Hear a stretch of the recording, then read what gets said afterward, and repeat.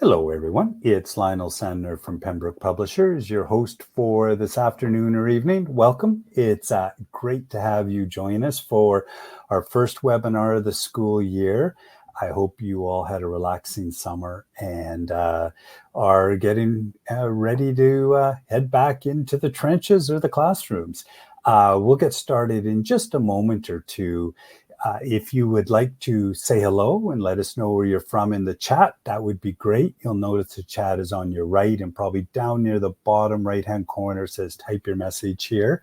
And there's Kristi, our presenter for today, has just said hello. So it's that's got us started there. If this is your first time here, welcome.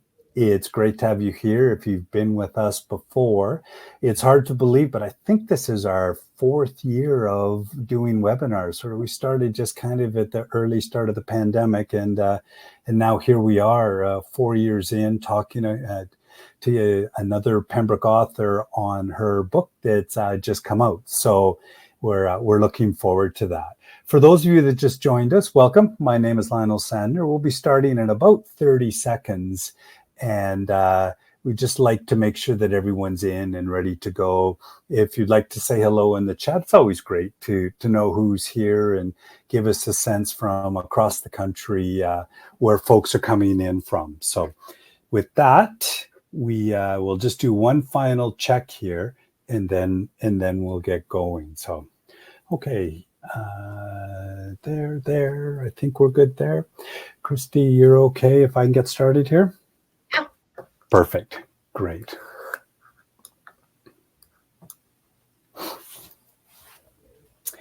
Hello, everyone. It's Lionel Sandner from Pembroke Publishers, and welcome today to our webinar, Making Time for It All.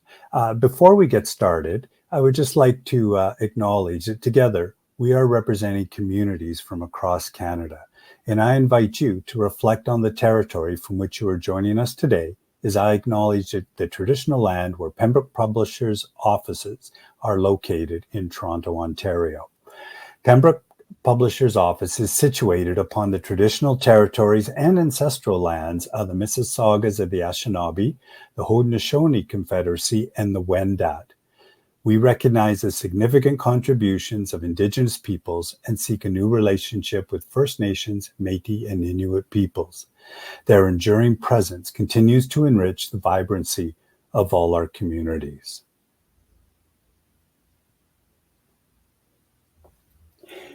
And now it's my pleasure to introduce our presenter for today. Welcome. And on behalf of everyone here today, I'd like to welcome Kristi Cooper. Kristi is an instructional leader with more than 20 years of experience in literacy instruction, curriculum design, and teacher coaching. She has worked as an elementary classroom teacher and literacy support teacher and is currently an instructional leader working with K-12 teachers across all subject areas. She has facilitated professional development workshops in literacy assessment and universal design. She lives in the beautiful Okanagan of British Columbia in Kelowna, BC, with her husband and 3 children, and is here today to talk to us about her new book, Making Time for It All. And I think when I mentioned her different career, what would I call it? Pathways, because there's been more than one. When you get a chance to read her book, I think you'll capture all of those different pathways in there in terms of the reflections and the stories that she brings to her practice and to this presentation today. So Kristi, I'm looking forward to a presentation today, and I will pass it over to you. Thank you. I think I have to now add like 3 kids and 1 granddaughter to my list. Right. So I'll add that into my bio. Welcome. For those of you who are joining us, I feel honored that you're taking time out of for us in British Columbia, our first our work week back before kids arrive. And so thanks for taking the time. It is always a little bit strange talking into a void, not being able to see your faces. And so I'm just going to imagine those. And please, if you have any questions as you're going along or as I'm going along, throw them into the chat and I'll do my best. I'm also, you will hear, I talk fast, and so I will try to keep myself in a pace that's easy to listen to. I'm really excited to be here, and it feels pretty surreal to have this book come out and be in real hard copy. It was really neat to get it. But Lionel talked about this. It's a little bit of a unique experience finding myself here. This was never my expectation that this is where I would be. And so I started my career as a classroom teacher. I taught all grades K-7. If you remember those beginning years of teaching where you kind of get thrown all over the place, I found myself in multiple different grades, in multiple different schools. And then I had the opportunity to become a literacy support teacher for a number of years, which is where a lot of my passion for literacy came. I went through being a district team member, and then I found myself in the role that I'm currently in as a director of teaching and learning in a K-12 school. And that's been just an amazing journey of really getting to work alongside teachers, which is just such a great gift. But I think the other piece that I always think about when I think of how did I get here, and this really came out in the process of writing this book, was we are all such a product of our experiences and of the people who have spoken into our life. And I just have been so fortunate to be surrounded in really incredible mentor teachers. And when I looked back at all of the voices that have spoken into kind of this common understanding that I have now about teaching and learning, it really comes from veterans before me that took the time to speak into my life. And sometimes it was in gentle nudges, and sometimes it was in like, oh my goodness, why are you doing that? And so you'll see that kind of come out through the book, where I talk a lot about my mistakes and things I learned. I think that's our greatest growing, is often that. Also through graduate studies work on literacy, that really came out a lot when I started actually learning well into my career, 20 years into my career, taking graduate studies courses on literacy instruction and realizing how little I knew when I was supposed to know some of those things, and I just didn't. And so that really inspired a passion as well. And how can I help support up and coming teachers in some of this foundational literacy knowledge that's so important? And then I think the other piece that I, obviously really led me to where I am is I was a reluctant reader and writer. All three of my kids are diverse in their own learning abilities. And I was really struck by how often we have to, as teachers, answer the question, I don't understand, or I'm done. And so that can be such almost the bane of our existence sometimes when we're trying to teach something. And so that really is what prompted me to write. So I just want you to take a moment, and it's odd. Obviously, I can't see where you are, but I'm going to imagine that you're sitting in something comfortable with a lovely cup of tea or coffee. And I just want you to think about who are some of the critical people in your path that got you to where you are? What are some of those moments in your teaching that helped you to arrive in this place where you currently are? Maybe it's your first year teaching, maybe it's your 30th. And then what are some of the things that inspired your passions in literacy? I'm making some assumptions here that literacy is something you're at least curious about. So I'm just going to give you a few seconds just to think. If you feel so brave, you're welcome to put some of those things into the chat. But if not, what a wonderful way to start our school year in thinking about how did we get here?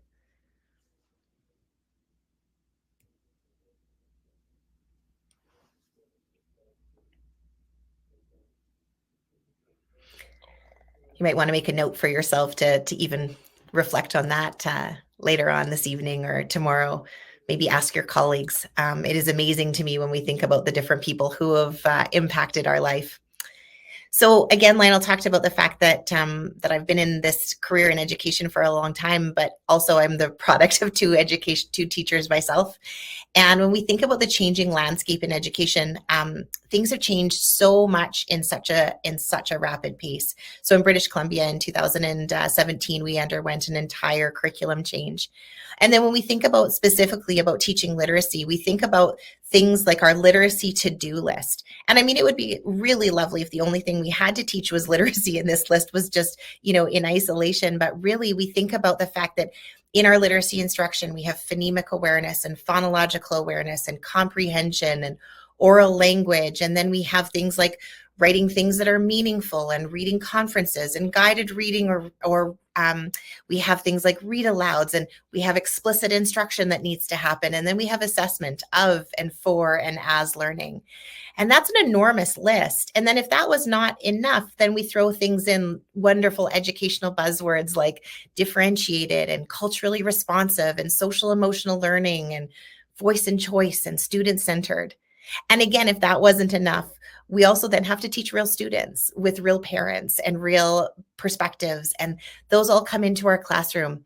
And it really is, I mean, one of my greatest joys in my job is getting to work alongside teachers and realizing what a complex job that we have and how many things teachers are dealing with and juggling on a regular basis.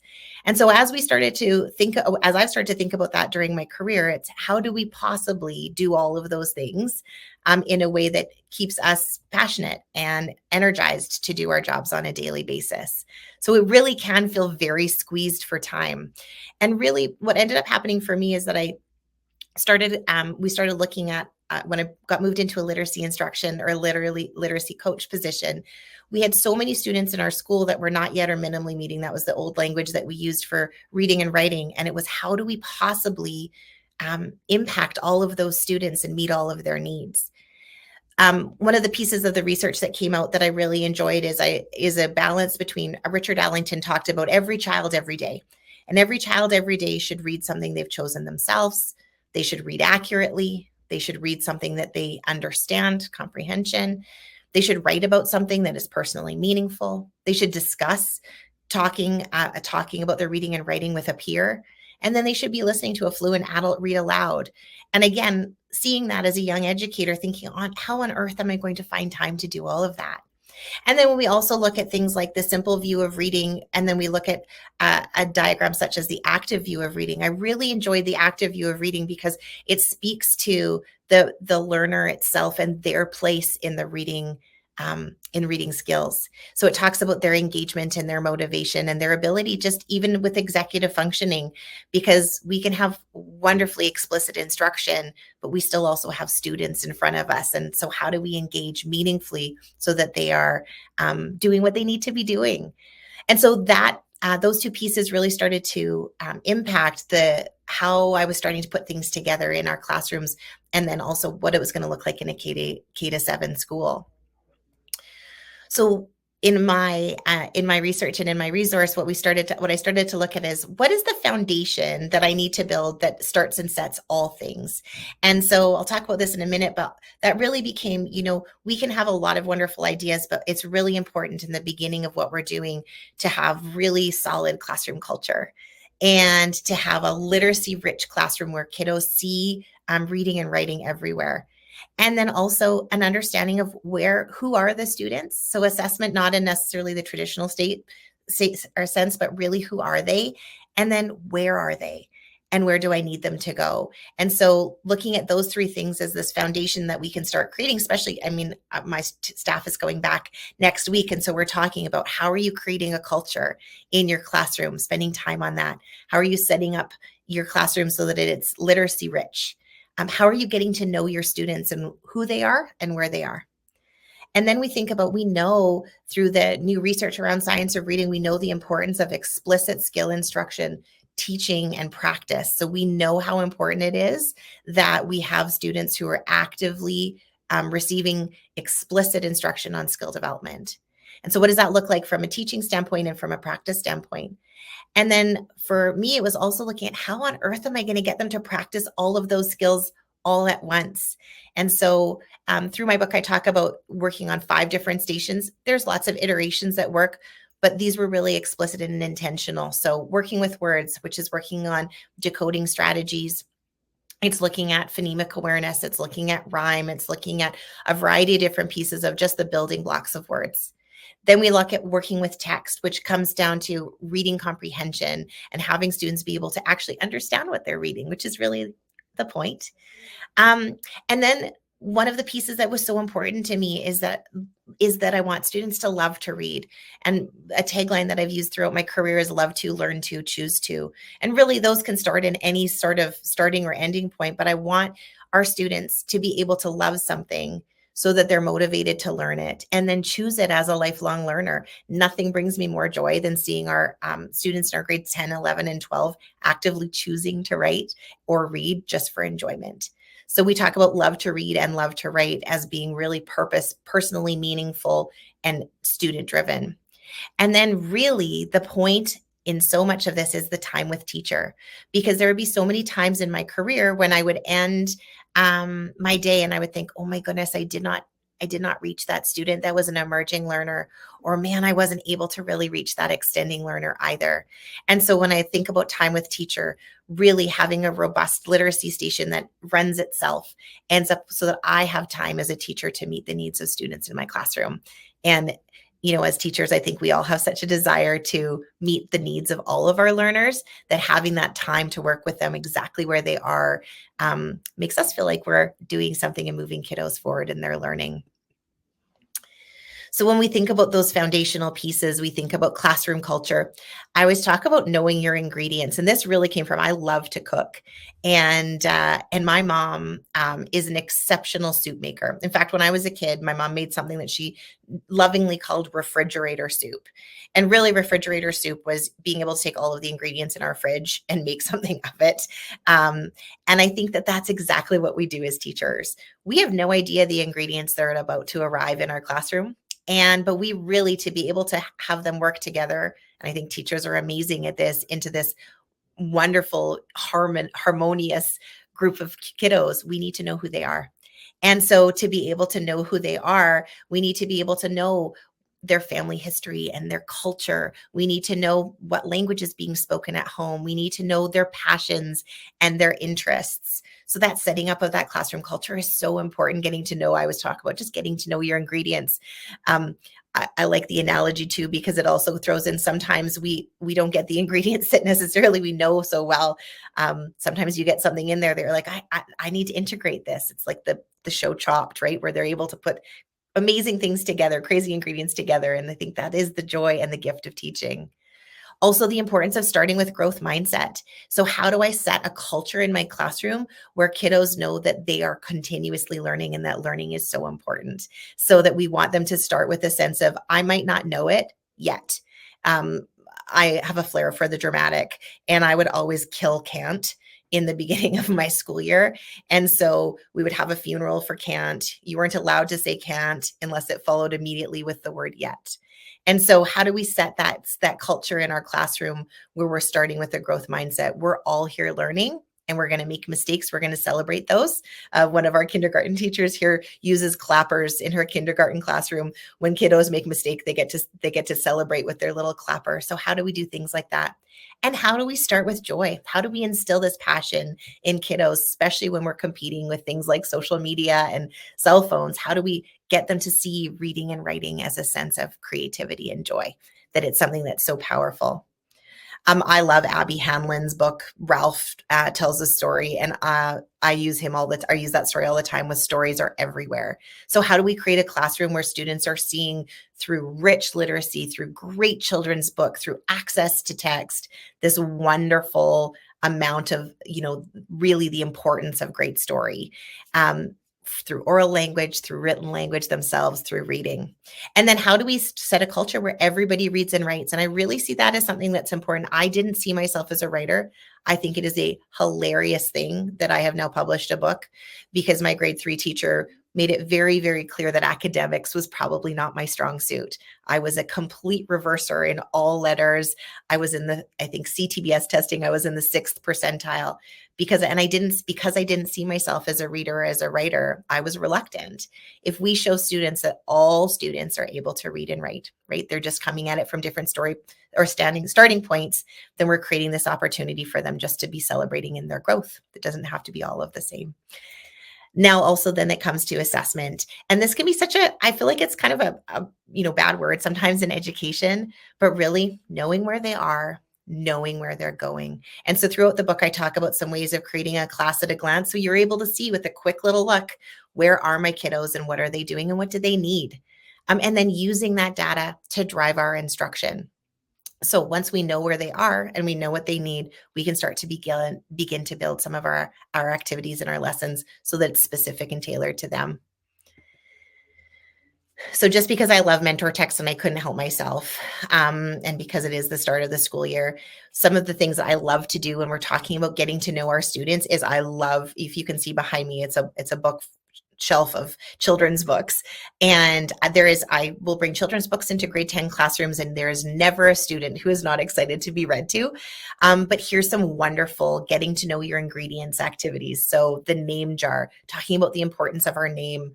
I am on the land of the Silk Okanagan people, and one of the practices for them is who's your name. And so we talk about who's your name, not just what's your name. Who are the people that came behind you, right? Who are your parents and your grandparents? Same, but different. I use this in conflict resolution, but I also use this in the beginning of the year. This is a wonderful story about two boys who are very, very different, but we can use this story to launch a Venn diagram between kiddos to see what are the things that you have in common and what are the things that make you individual and unique. I can't ever get away without Shishi at Co. And she talks about essentially keeping a group of items or some items that describe her experience. And so same thing, can we get students to bring items that represent them that they can then share to give us information, but to also give their peers information about who they are? There's so many amazing children's books, and I could probably talk about those for hours and hours, but things like The Magical Yet and All Are Welcome and The OK Book and Beautiful Oops, those are all wonderful stories that set this culture of growth mindset and of we're all in this together. For some of our students who love to be wonderfully excellent at everything, that it's okay just to be okay. So OK Book's a great launch of skills and interests. And then Beautiful Oops, that mistakes are going to be something that are celebrated in our classroom. So I couldn't help but add some mentor text throughout my book. You will see more children's books than you could possibly imagine for many different things, because I just think that it's such a beautiful way of launching and activating students' thinking around a variety of different topics. So when we talk about the importance of setting up 100 minutes of literacy in a day, and I remember when I first started my career and someone said that to me, and I thought, how on earth am I going to fit in other subjects? We think about how do we balance those things? How do we balance whole class instruction that is targeted and direct and specific, and then whole class practice, but then also independent practice? And that's really where literacy stations for me come in, is it's that independent practice where students get to practice these skills that they've already learned through whole class lessons and through whole class practice. And so things are not showing up into my literacy stations if it's not something that they've done before, which often helps me in management. But what that ends up equaling is a literacy program that is differentiated for kiddos, that's targeted, and that's where students really thrive.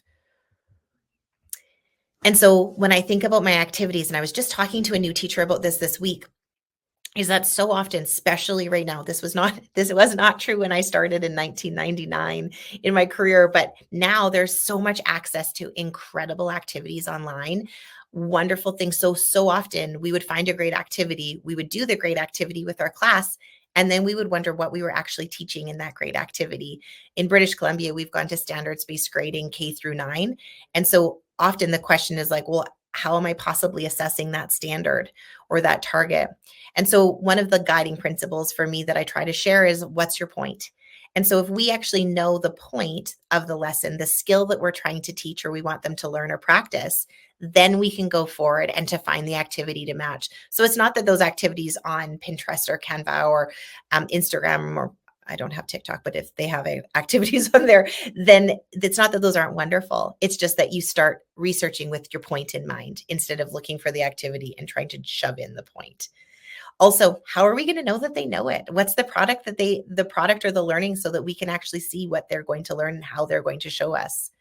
How are you going to introduce and teach the skill? This is where I often use children's books because I just think that's fun, but there's so many different ways of getting to activate that in a whole class lesson.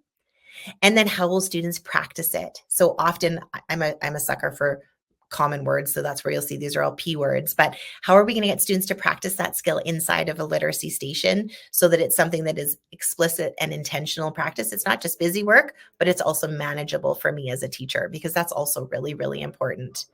And then for the people, when we think about the students in our class, how can we meet the needs of all of those learners?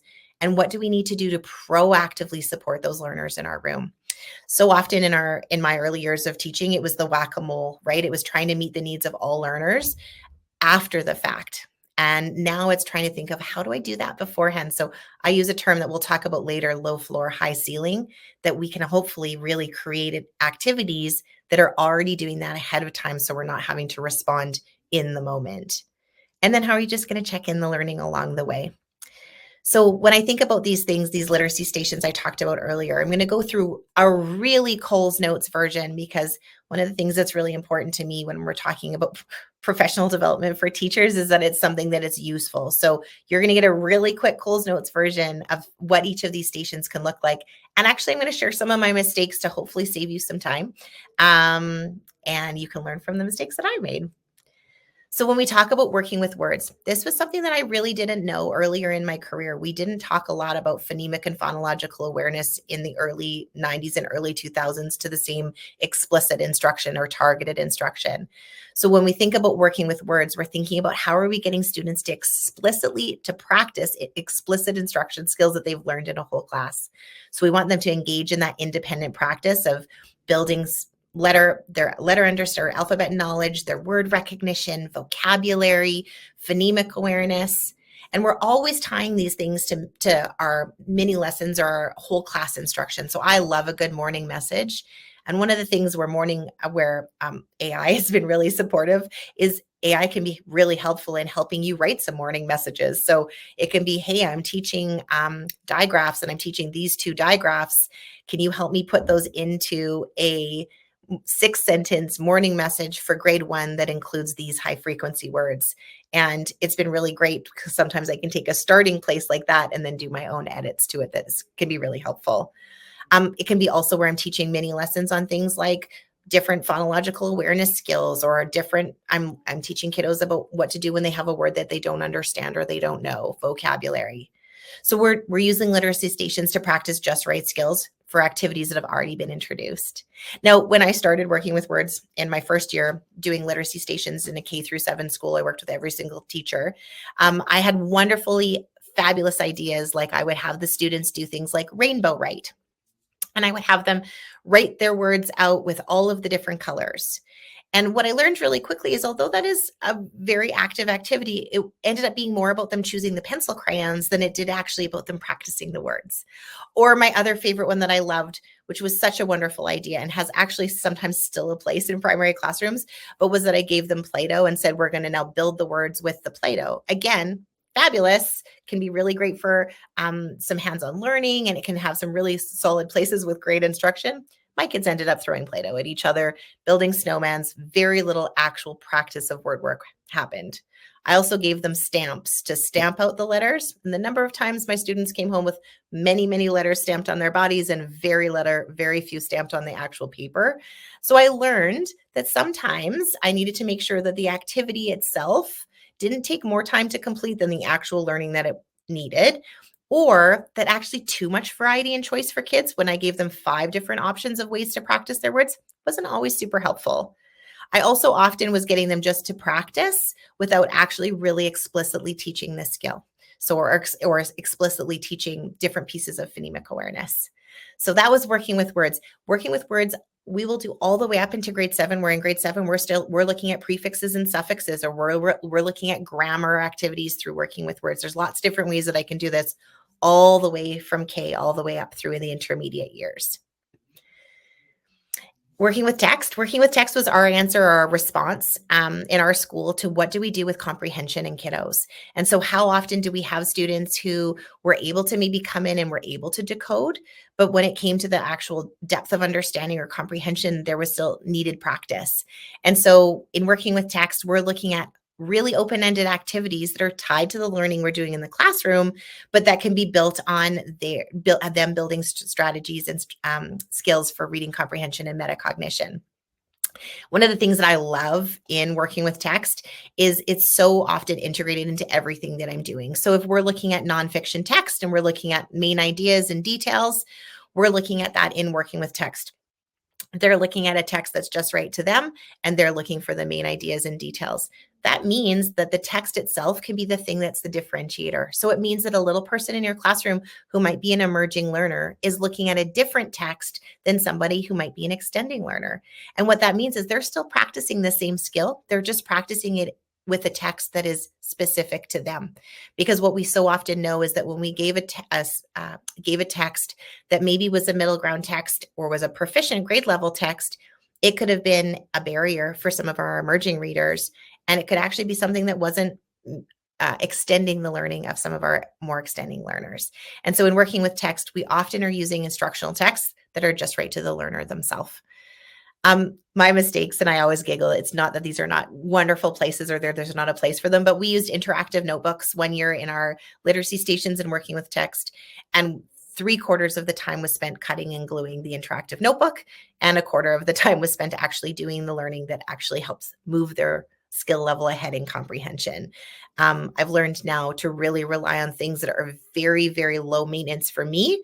Hopefully I can even use them multiple times, and that are low maintenance for students, so that I'm not having to support them in the ones that have lost the piece or can't glue or over glued or use too many scissors, or, we're not able to use scissors. So I'm also complicating the activities. I have found the beauty of simplicity. So working smarter, not harder in some of these areas can mean using a whiteboard, using sticky notes for students to be able to think about their text without having to do multiple forms of photocopying or multiple different activities.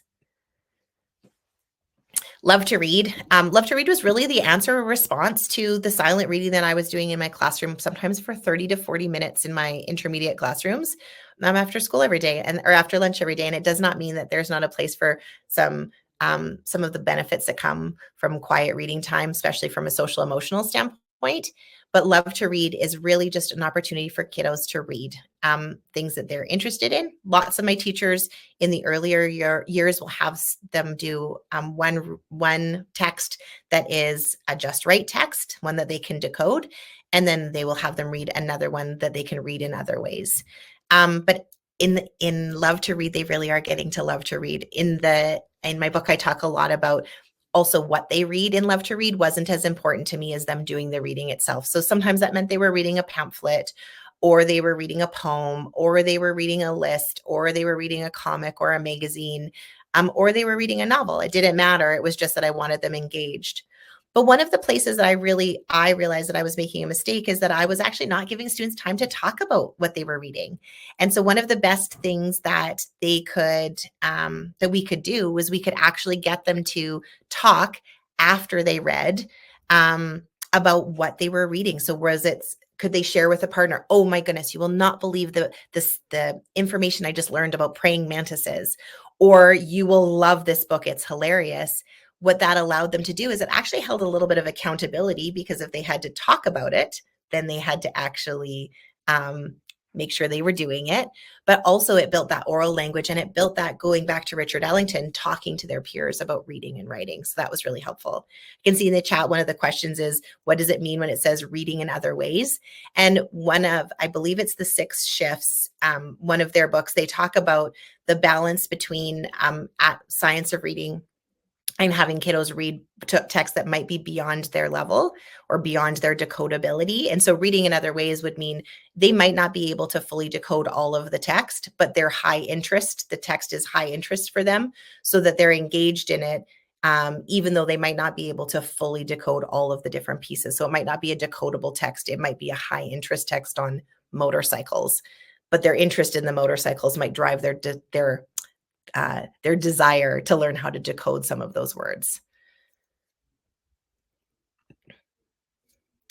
And then love to write. And so love to write's had many different iterations, but really, how are we getting kiddos to practice writing in their classroom? So that could mean for you in your classroom that you're having them use or continue writing that is being done as a whole class. Or it can mean providing students an opportunity just to explore a love of writing. And so what does it look like to have them just really being able to freely practice different things? One of our teachers here has the kiddos in love to write. They can write lists and letters. They can write cards. They can write the what they write is less important than the actual writing itself. And so for teachers who don't maybe have the space in their classroom, a love to write station can be on a trifold or on a bulletin board. And it can have things like word walls or sound walls or idea prompts or editor's checklists on it if we need students to have some supportive anchor charts to help get them started. And for other classes, sometimes we learn that our classrooms maybe aren't in a place where they're independent in their writing yet. And so how do we get them to have some more structure in the Love to Write station, where they're actually doing some journal writing or some pieces that they're already working on in class, and then they're just working on it in Love to Write? Again, one of the key mistakes that I made was not modeling what independent writing looked like. And so I made the assumption that when I put kiddos at a love to write station, they were going to all write. And that did not happen in my classrooms, I don't think ever. So when I started to actually teach mini lessons of what does it look like? Where do good ideas come from? What do we do when we don't know what to write? When we started teaching those mini lessons and then practicing as a whole class, the production that happened or the engagement that happened into the Love to Write station completely improved. The other piece, again, goes back to exactly what I said about love to read, but not providing students with an opportunity to talk about their writing was a miss for me, because it's such a gift to be able to actually speak about what they wrote, to be able to share their writing with their partner, and then being able to compare or to be able to highlight. In a lot of our classrooms on near the Love to Write station, they have little pockets that kiddos can put writing samples or writing in that they're excited about, that they want to celebrate. And so when we have that culture of reading and writing is everywhere, we often will have samples of student work, which is very different in its maybe in its ability level, but we start to see what it's like to celebrate. This is what we're doing. This is what writing looks like. And so once we give students an opportunity to talk about that and to celebrate it, we see engagement as well improve, which is really exciting. And I think this is probably my most favorite station, which is really ironic, I guess, but is the Time with Teacher station. And I think this was really the impetus to getting this started in literacy stations to begin with, because the point of this was, how do I provide myself with some opportunity so that I'm able to have time to meet with teachers, meet with students. So what does that look like? And so the first time that I did Time with Teacher, my station, I actually had it included in the station rotation itself. And so the kiddos all came around, and they eventually, every station rotation would get to me, which actually meant that I then had to homogeneously group my students so that they were on the same ability level, working on the same strategies at the same time. And that became really problematic, because often my emerging learners maybe weren't always self-starters. And so I had them in a group by themselves, which often became a little bit of a behavior challenge or became a management challenge. When I removed Time with Teacher out of the station rotation itself, what that meant is that I was free to group my students however I wanted. I could have multiple different ability levels or reading levels or skills at different groups. But then I would pull the kiddos. Maybe I was pulling one from one group and one from another group based on exactly what they needed, the skill that they needed. So if they're doing that, then I can say, okay, look at these 3 kids. I'm going to pull you for a few minutes. Now, sometimes when you would pull those 3 kiddos for a minute or 2 minutes or 5 minutes, and they were really on fire and they were starting to learn and they're starting to get it, it meant I could keep them for longer because I wasn't beholden to the station rotation itself. That was amazing. Now, alternately, that also meant that if there was a little person in my group that I was going to be pulling, and I was excited to see what that was, and they weren't maybe in their best self, it was not their greatest day, and their maybe attention span or time was not used at its best, I could meet with them for 3 or 4 minutes, and then I could send them on their way, and then I can check back in with them later. So in my Time with Teacher, when we pulled it out of the rotation itself, it gave me this immense freedom.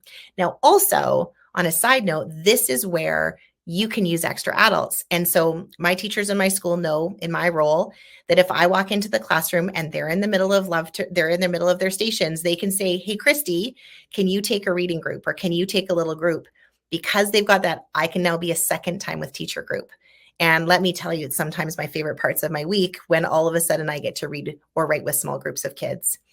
Now, this is one of my favorite pieces of this piece, and I stole it from a friend. Time with Teacher is really important. And so how you set this up in your classroom means that you need students to know that this is really important time, that we're not going to mess with this time. So I set it up again. I have a flair for the dramatic. We called it blood, barf, or fire. If you were bleeding, barfing, or something was on fire, you could come interrupt Time with Teacher. If you could not, if one of those things was not happening, you're not going to come and interrupt because this is sacred time. One of the teachers in our school has a light that they turn on. There's a variety of different ways of doing this so that students know. One of my teachers has Blood Bar for Fire or Sidney Crosby. If Sidney Crosby walks into the room, you're allowed to interrupt her. So you can have fun with what the time with teacher looks like, but really creating an environment where kids know this is a really meaningful, special time. This can also look at, we're making sure that we know what kiddos need, and we're meeting their needs responsively. So we base this on our response to intervention model. So we know that we're going to meet with some students more often than we meet with other students. And we're going to look at groups that are kind of working on the same things. Sometimes that's a larger group, sometimes that's a smaller group. But we're always looking at what does that look like and how do we pull kids in the space in our classrooms, right? How are we working on explicit skill instruction with them in just right time, but in the context of when the kiddos are at their other literacy stations. I saw a giggle at the time with, or at the Sidney Crosby. It still makes me laugh. She has a picture. It's fantastic. So one of the other pieces, just when you're creating and curating some of these activities, because I really believe the importance for teachers is to make our lives a little bit less complicated, if that's even possible, is this idea of low floor, high ceiling. And so when we're thinking about the tasks that we would have our students be working on inside those stations, it's what does it look like to really create an activity that is the barriers are removed. So low floor, high ceiling came from Peter Lillardale's math concepts, and I just have stolen it and attached it to literacy. But what does it look like to see if there's an activity that can be more accessible for all learners, but still really important learning? And I'll show you some examples of what that can look like. This can mean that I can take something that I already am using and I can try to look at how do I remove some of those barriers so that I don't have that I'm done, I don't know, questions that happen so often in our classrooms. When I talked about working with text, I talked about what does it look like to have the text differentiated that they're working on and not the activity itself, so that it's accessible. We're all working on the same activity, but we might just be looking at different books or different text. I love, and I am an emerging Canva user, but one of the things that I often do will take some of the activities that I see in Canva or I see in an editable PDF, and how do I actually remove some of those barriers so I can reuse the same activity many, many times. So I'll show you some examples of what that looks like. So for example, a closed activity would be, I'm going to do a blending sound sort, something we see all the time with these wonderful little pictures at the bottom. Now in a grade 1 classroom, getting out scissors and glue can be really difficult, but what can often happen is I can have one of my students very, very quickly finish this activity and they're already ready to move on to something else. So all I did in Canva was I simply removed the pictures off the bottom, and instead I'm either getting them to find pictures around the room or words around the room to put into those beginning sound sorts, or I am quite obsessed with little items, little trinkets, and I will often use those so that they can look at all these little items and they can sort those based on beginning sounds. If they're finished, they can sort it in another way and have a friend guess their rule. I can have them look in text for the things that have those sounds or pictures. So all it does is it opens it up so they can not be finished, right? And if they're working on different activities or different texts themselves, the words might be more complicated or the pictures might be more complicated, but they're still practicing the same skill. Again, same with vocabulary. In our upper grades, we're working on vocabulary. We would often find a list that would say, here's 10 words. I want you to define them in a dictionary, which is hysterical because half the students do not know what a dictionary is. That's a side point. But we would get them to define the meaning and write it in a sentence. But there would be lots of times when some of our emerging learners wouldn't be able to decode the vocabulary that we gave them, or some of our extending learners would already know what those words meant. So all I did in Canva was I simply removed the words themselves and I said, now, while you're reading a Just Right Text for You, a decodable text, I want you to find words that you don't know and that you're interested in learning, and I want you to write those down and do the same activity. So again, it doesn't matter what the activity is because I might not know what a word is, and my partner beside me might already know that, and they might be looking for something else. You can extend this by having them then create a vocabulary wall where they're actually introducing each other to new vocab. Same thing with sticky notes. I I wish I had shares in sticky notes. I would need to find a more reusable option. But often with sticky notes, it could be things like we're working on how does a reader or how does an author show, not tell the message. And so we could be looking at that activity, and instead of have them fill out a worksheet or answer those questions, I can have them working inside a text, and I can have them say, okay, hey, I want you to flag different words or sentences where the author is showing but not telling their message. Or I want you to look through and I want you to look at what are the words in your text that help you visualize or help you create a picture in your head. You can have them extend that by drawing or writing what they see, but you're having them actually work inside a text that is differentiated, not the actual activity themselves. Or I love this one. I love even in KN1, and it's so cute because I'll have them write little question marks beside things that make them go but you can record questions that you wonder about as you read when we're talking about thick or thin questions, or we're talking about asking good readers ask good questions while they read. So again, all of these activities are very, very open-ended and can be used, and they don't have a I'm finished, which is a wonderful thing as a teacher. Also, I can use the same activity multiple times, so I'm not constantly recreating my station activities. So at the end of every single chapter, I have an activity around tweak, toss, or treasure. So in my book, I go through way more details on each of these stations and way more activities that you can do for each. But then I actually ask us as teachers, because I think so often in a professional development day, and I've had this happen so many times, where in a Pro D day, I go home and think, oh my goodness, I have to change everything that I'm doing, or I'm not doing enough. And I really don't enjoy that guilt that sometimes we experience as teachers. So one of the questions I ask is, what's a tweak? What's one small thing that you can do that you can tweak your practice? You can take an activity that you're currently doing and just alter it slightly. Also then a toss. What are some of the things that you're doing that maybe are not serving your students' learning, or it's not serving you because it's way too time intensive? Could it be made simpler? What are some things you're going to toss? And then treasure. What are some things in your current classroom practice that you are doing that you love that fit nicely into your structure? And so as you leave today and as we wrap up, I want you to think about what are some of those things that, as you've heard, what are some small tweaks?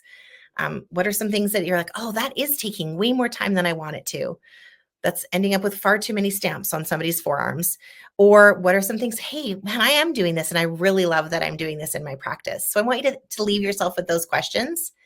But most of all, I really want you to think about, how do you start small and how do you give yourself some grace? Because one of the things for me, I'm an early adopter, and I would often change my entire practice because I heard one good idea. So how do you eat an elephant? You eat an elephant one bite at a time.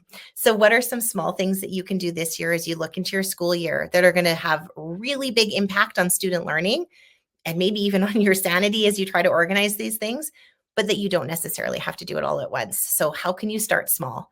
And I think as teachers, if we could really give ourselves more grace, knowing that this job is so complicated and there's so many layers. If we just look at literacy, what we've just talked about, the things that we have to teach these little peanuts to do with all of these different extra things. So how do we give ourselves some grace that we're doing the best that we can?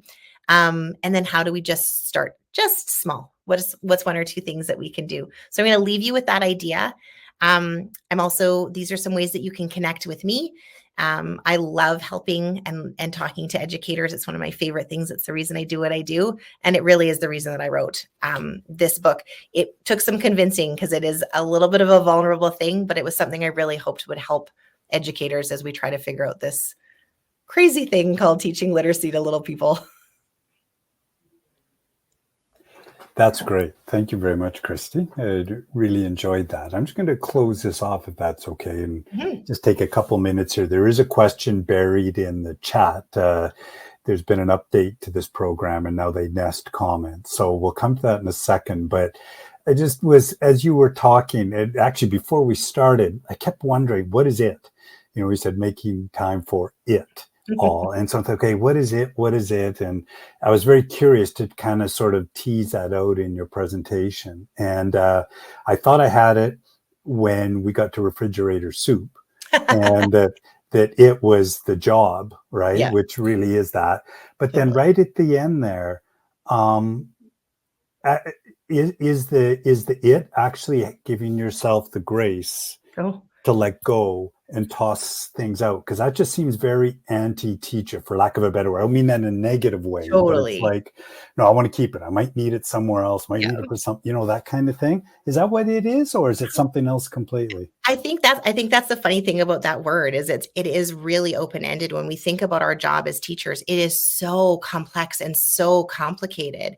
And so really, I mean, I think the word it in that context actually applies to all of the layers of our Yeah. teaching. In this context, in this book, it's talking about making the time for all of these different pieces of literacy that we are tasked with teaching little humans. But really, that can apply to making time for when we think about our jobs as educators. It's so complex. Yeah. And how do we do it? And so I think if teachers are left with that sense or feeling of, wow, sometimes that just does mean giving myself a little bit of room to know this is an enormous. I think if the rest of the world knew the complexity of this teaching profession and how much we layer in, they'd be so amazed. But, in this context, how do I make the time for a literacy instruction that is so broad and so vast? In a greater context, how do I do this as a teacher in general? Yeah. Yeah. And I guess that's why we have 30 or some odd years in our Yeah. career to try to figure out, or at least maybe know what we don't know. I was just going to say, the older I get, the more I know I don't know. Yeah, exactly. Right. Yeah. Yeah. So, so when you look at it that way, is this book for a beginning teacher? Is this something that in my career I can sort of at this point pull out and say, oh, I could try that, or I could try this? Is there, when you were started to write this, did you have kind of a teacher in mind? Well, that's a great question. I think, honestly, it's something that I wish I had now. And again, back to my how did I get here?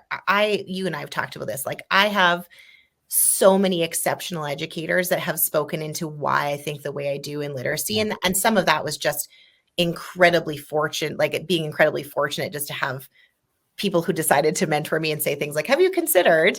But I think the other piece of it really is, so it's meaningful as a 20-year educator to go, hey, how can I do this different? This feels hard, particularly because education in the last 5 years, we've layered a lot of things in. As we've even started talking about things like phonemic awareness and phonological awareness, that really wasn't being talked about the same way in 15 years ago. And now or seasoned teachers are like, oh, how do I fit in word work?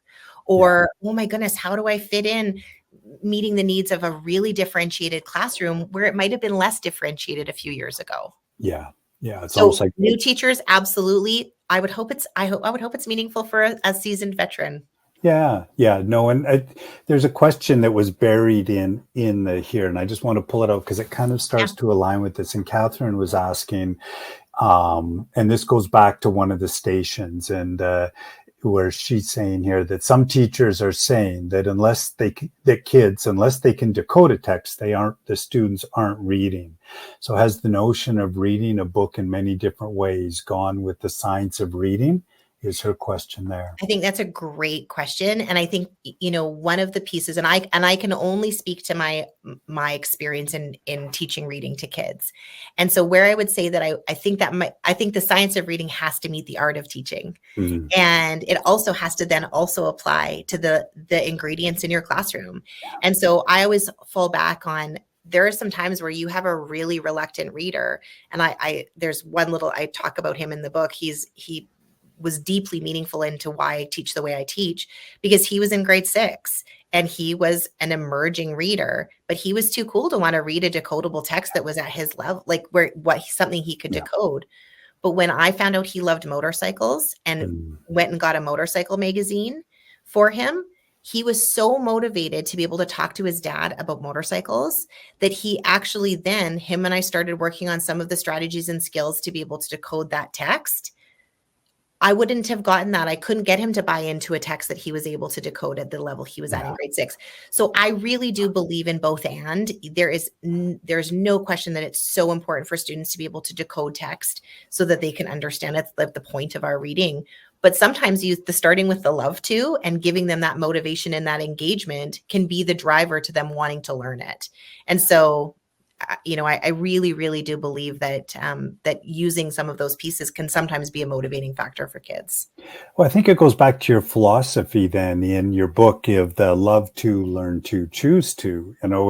If you kind of go in there thinking that, it goes back, well, then you do get that balance between the art and the science, which is where this is going to end, because everything in education does, right? It's never on one end or the other. It's somewhere in between. So well, and that actually starts, it's also then they learn to love it. So then right? So then they're like, oh, I learned it, I loved it, then I chose it. So it really is this like kind of cycle that shows up all over the place. But I really do think that I when we start with where students are at, right? And that's the importance of getting to know those ingredients in our classroom. We then know and tailor. There is not a program in the world that meets the needs of all learners, because they're all so individual. And so it's that importance of getting to know them. And I think this book really gives a toolbox of strategies and skills to be able to impact and teach literacy to kiddos. Because sometimes you're just like pulling out of, okay, I'm going to try this. Oh, I'm going to try this. I'm going to try, because the little people in front of you are so different. Yeah. Or big people. Yeah, that's right. And all people.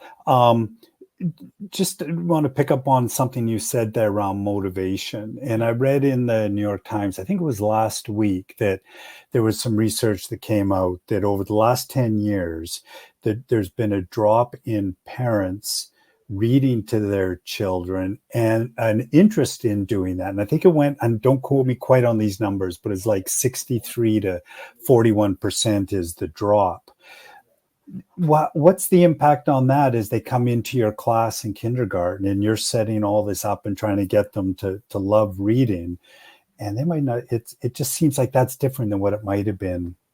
Oh, well, and I think that's why I love children's books so much, is because I realize not every child is being read to, for, a multiplicity of reasons. I have activities at the end of this book where I talk about, like helping parents with things like car ride literacy, because so often for parents, they don't know where to start. And so it's sometimes they don't know what they don't know. But I think what we're seeing things like the leaving of nursery rhymes. And so the lack of children's ability to rhyme, or the understanding of like, what does it look like to talk about a book or talk about a text, right? So all of those kind of pieces really impact those kiddos that are coming in at a really differentiated place, and which is making teachers' jobs immensely complex. List just got longer. We had all the arrows of totally. That's exactly. Yeah. Oh, that's great.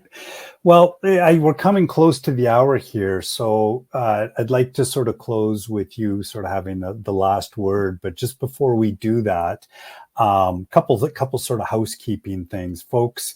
This recording, this is being recorded in the next 24 hours or so.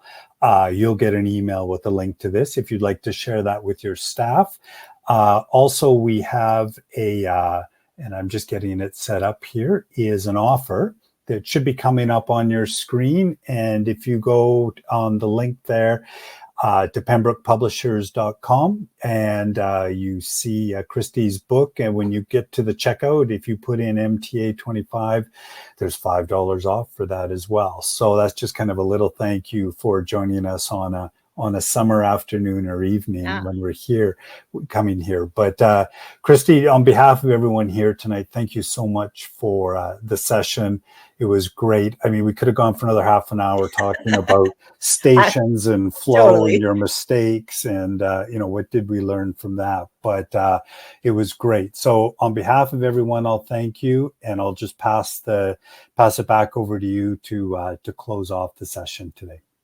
Yeah, I hope that when you leave the session, that as an educator, you realize just what an exceptional job that you do generally, so that you I said this to a new teacher. I was like, you will have imposter syndrome probably your entire career, because it's such a difficult job, but also that you're inspired to look at the ways that in your educational program, especially around literacy, that you can do some of those small tweaks that really impact student learning in a huge way. We often are hard on ourselves as teachers, and we have these high expectations. And so what are some small things that you can do so that when you leave your classroom of the day, you're like, oh, I really did have an impact on student learning. So start small, give yourself grace. You can only eat an elephant one bite at a time. And as we go into September, man, as teachers, do we ever need to remember that when everything is flying at us? So hopefully that is what you leave with. And I would love, welcome to contact me. And I love continuing this conversation. As you know, Lionel, I can talk about this for a long time. And it's all good. So with that, we'll say thanks, everyone. And again, thanks, Kristi, for taking the time to share your thoughts. And I suspect next week and the following weeks into that, there's going to be some ideas coming into Canadian classrooms because of all your work. So thank you very much. And thanks, everyone. Thanks, everyone, for joining us. Have a good evening.